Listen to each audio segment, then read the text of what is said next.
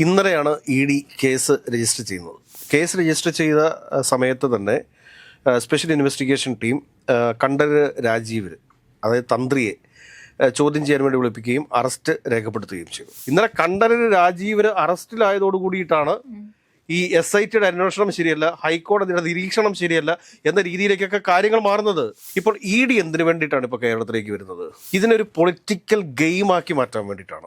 April May മാസങ്ങളിൽ വരാൻ പോകുന്ന ഇലക്ഷൻ, ആ ഇലക്ഷന് മുമ്പായിട്ട് ഈ ശബരിമലയെ എങ്ങനെ ഒരു പൊളിറ്റിക്കൽ വെപ്പണായിട്ട് ഉപയോഗിക്കാൻ പറ്റും എന്നുള്ള ഒരു റിസർച്ച് നടന്നുകൊണ്ടിരിക്കുകയാണ്. കേന്ദ്ര സർക്കാരിൻ്റെ കയ്യിലെ ഒരു പൊളിറ്റിക്കൽ ടൂളായിട്ട് ഇ.ഡി. മാറിയിട്ടുണ്ടോ എന്ന് നമ്മൾ പറയേണ്ടിയിരിക്കുന്നു. നമസ്കാരം. ശബരിമല സ്വർണ്ണക്കൊള്ള കേസിൽ ഇ.ഡിയുടെ അന്വേഷണം ആരംഭിച്ചിരിക്കുകയാണ്. ഈ സാഹചര്യത്തിൽ SITയുടെ അന്വേഷണം അട്ടിമറിക്കപ്പെടാൻ സാധ്യതയുണ്ടോ? ഇന്നലെയാണ് ഇ.ഡി. കേസ് രജിസ്റ്റർ ചെയ്യുന്നത്.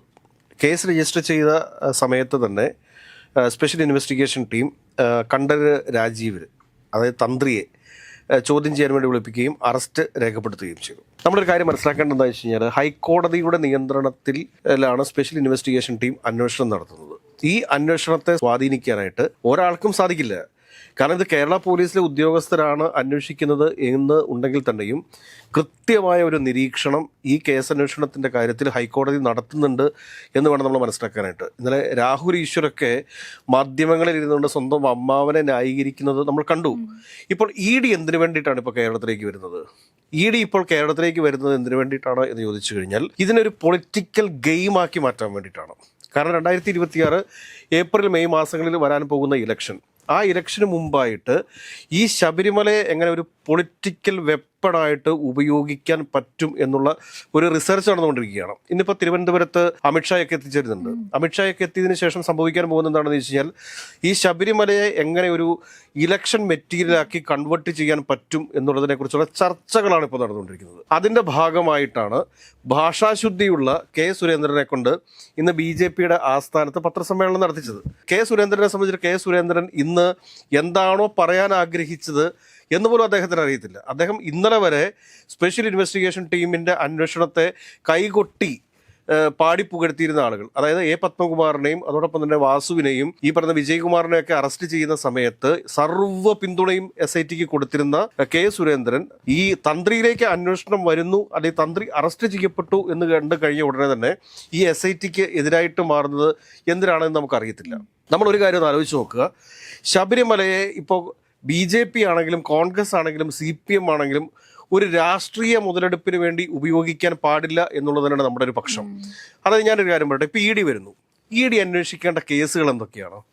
ഇ.ഡി. അന്വേഷിക്കേണ്ട കേസ് എന്താണ് എന്ന് ചോദിച്ചു കഴിഞ്ഞാൽ, ഈ ശബരിമലയിലെ ഗോൾഡ് മോഷണവുമായി ബന്ധപ്പെട്ട് ഏതെങ്കിലും തരത്തിലുള്ള സാമ്പത്തിക ഇടപാടുകൾ അല്ലെങ്കിൽ കള്ളപ്പണ ഇടപാടുകൾ അനധികൃതമായിട്ട് നടന്നിട്ടുണ്ടോ, നിയമവിരുദ്ധമായി നടന്നിട്ടുണ്ടോ എന്നാണ് പരിശോധിക്കാനുള്ളത്. ഇതിനു മുമ്പ് തന്നെ നമുക്കറിയാം, ഇലക്ഷൻ അടുക്കുന്ന സമയത്തൊക്കെ, കഴിഞ്ഞ ത്രിതല പഞ്ചായത്തിൻ്റെ തെരഞ്ഞെടുപ്പ് അടുക്കുന്ന സമയത്ത് വലിയൊരു സ്റ്റണ്ടുമായിട്ട് വന്നിരുന്നു. അതെന്താണ്?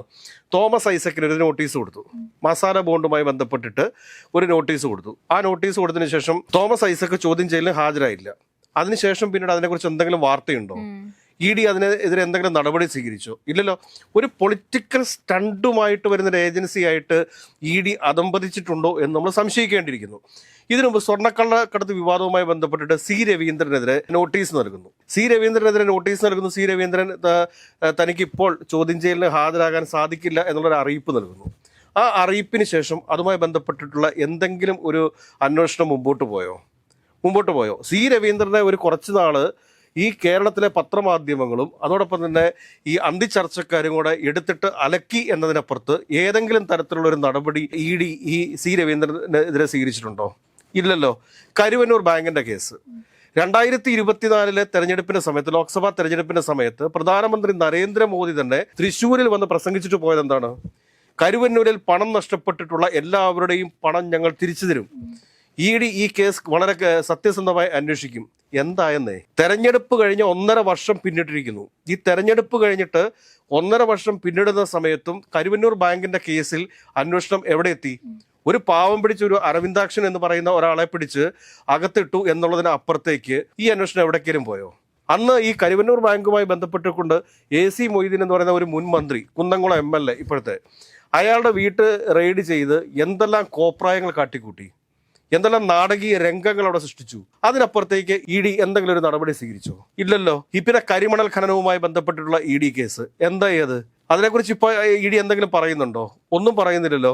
ഇങ്ങനെ ഇ ഡിയെ സംബന്ധിച്ചിട്ട് കേരളത്തിലെ പല ആളുകൾക്ക് നേരെ, പല സ്ഥാപനങ്ങൾക്ക് നേരെ ഇ ഡി നൽകിയിട്ടുള്ള നോട്ടീസുകൾ പൊതുസമൂഹത്തിന് മുമ്പിൽ പരിഹാസ്യമായിക്കൊണ്ടിരിക്കുകയാണ്. ഇ ഡി ഉദ്യോഗസ്ഥന്മാർ കറപ്റ്റഡ് ആണ് എന്ന രീതിയിലേക്ക് ജനങ്ങളുടെ ചിന്ത മാറിക്കൊണ്ടിരിക്കുകയാണ്. ഇ ഡി ഇങ്ങനെ ഒരുപാട് നോട്ടീസുകൾ ഇഷ്യൂ ചെയ്യുന്നു, ഒരുപാട് കാര്യങ്ങൾ ഇങ്ങനെ സംസാരിക്കുന്നു. ഈ സെയിം സമയത്ത് തന്നെ ഈ കരിമണൽ ഖനനത്തിൻ്റെ സമയത്ത്, സ്വർണ്ണക്കള്ളക്കടത്തിൻ്റെ സമയത്തൊക്കെ ഈ കേസിൽ നോട്ടീസ് അയച്ചുകൊണ്ടിരുന്ന ഡെപ്യൂട്ടി കമ്മീഷണർ, അയാളെ ഇ ഡി പുറത്താക്കി. അയാളെ കറപ്റ്റഡ് ആണ് എന്ന് പറഞ്ഞുകൊണ്ട് അയാളെ ഇ ഡി പുറത്താക്കി. നമ്മളൊന്ന് നോക്കണേ.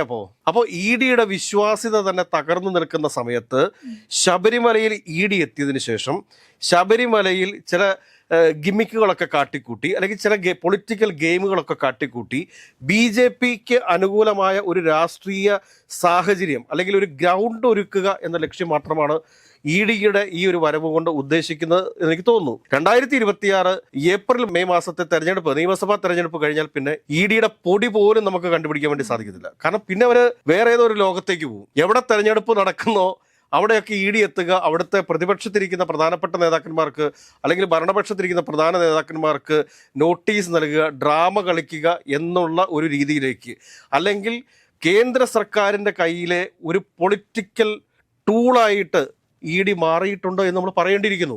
ശബരിമലയിൽ വളരെ സുതാര്യമാണ്. ഹൈക്കോടതി, അതായത് ഇന്ത്യയിലെ തന്നെ ഒരു സംസ്ഥാനത്തെ ഏറ്റവും സമുന്നതമായ നീതിപീഠമാണ് ഹൈക്കോടതി എന്ന് പറയുന്നത്. അപ്പോൾ ആ ഹൈക്കോടതിയുടെ തന്നെ നേരിട്ടുള്ള നിയന്ത്രണത്തിൽ നടക്കുന്ന ഒരു അന്വേഷണത്തിന് എന്തിനാണെന്ന് സംശയിക്കുന്നത്? ഇന്നലെ വരെ സംശയം ഉണ്ടായിരുന്നില്ല. ഇന്നലെ കണ്ഠരര് രാജീവര് അറസ്റ്റിലായതോടു കൂടിയിട്ടാണ് ഈ SITയുടെ അന്വേഷണം ശരിയല്ല, ഹൈക്കോടതിയുടെ നിരീക്ഷണം ശരിയല്ല എന്ന രീതിയിലേക്കൊക്കെ കാര്യങ്ങൾ മാറുന്നത്. അങ്ങനെ മാറേണ്ടതായിട്ടുണ്ടോ? ഒരു കാരണവശാലുമില്ല. എനിക്ക് പറയാനുള്ളത് ഈ വിഷയത്തിൽ ഒരു കാരണവശാലും സംസ്ഥാന സർക്കാരോ അതല്ലെങ്കിൽ ഇവിടുത്തെ സാധാരണ വിശ്വാസികളോ ഈ ഇ ഡി അന്വേഷണത്തെ ഗൗരവത്തിലെടുക്കരുത്. ഇത് ജനങ്ങളുടെ കണ്ണിൽ പൊടിയിടാൻ വേണ്ടിയിട്ടുള്ള ഒരു പൊളിറ്റിക്കൽ ഗെയിമാണ് BJPയുടേത്. അതിൻ്റെ അപ്പുറത്തേക്ക് ഇതിനകത്ത് നമ്മൾ ഒന്നും കാണേണ്ട ആവശ്യമില്ല. അതല്ലെങ്കിൽ ഇതിനു മുമ്പ് ഇ ഡി നോട്ടീസ് നൽകിയിട്ടുള്ള, ഇ ഡി രജിസ്റ്റർ ചെയ്തിട്ടുള്ള ഇ ഡി കേസുകളുടെ അവസ്ഥ എന്തായി എന്ന് ഇ ഡി പൊതുജനത്തോട് വിശദീകരിക്കട്ടെ. അതല്ലാതെ BJP വന്നിരുന്നിട്ട് ഒരു പൊളിറ്റിക്കൽ ഗെയിമിന് വേണ്ടിയിട്ട് ഇ ഡി വരുന്നു, ഇ ഡി അവരെ ചോദ്യം ചെയ്യുന്നു, ഇ ഡി അവർക്ക് നോട്ടീസ് കൊടുക്കുന്നു, കടകംപള്ളിക്ക് നോട്ടീസ് കൊടുക്കുന്നു, മുഖ്യമന്ത്രിക്ക് നോട്ടീസ് കൊടുക്കുന്നു, സോണിയാഗാന്ധിക്ക് നോട്ടീസ് കൊടുക്കുന്നു, അടൂർ പ്രകാശിന് നോട്ടീസ് കൊടുക്കുന്നു, ആന്റോ ആന്റണിക്ക് നോട്ടീസ് കൊടുക്കുന്നു. കാരണം ഇങ്ങനെ ഈ കോൺഗ്രസിലെയും CPMലെയും മുഴുവൻ ആളുകൾക്കും നോട്ടീസ് കൊടുത്ത് അവരെല്ലാം ക്രിമിനൽസ് ആക്കി മാറ്റുന്ന ഒരു രീതിയെക്കുറിച്ചാണ് ഒരു പക്ഷേ BJPയും ഇ ഡിയും പ്ലാൻ ചെയ്യുന്നതെങ്കിൽ കേരളത്തിലെ വിശ്വാസി സമൂഹം അതിനെ ശക്തമായിട്ട് എതിർക്കും എന്ന കാര്യത്തിൽ ഒരു സംശയവും ആർക്കും വേണ്ട.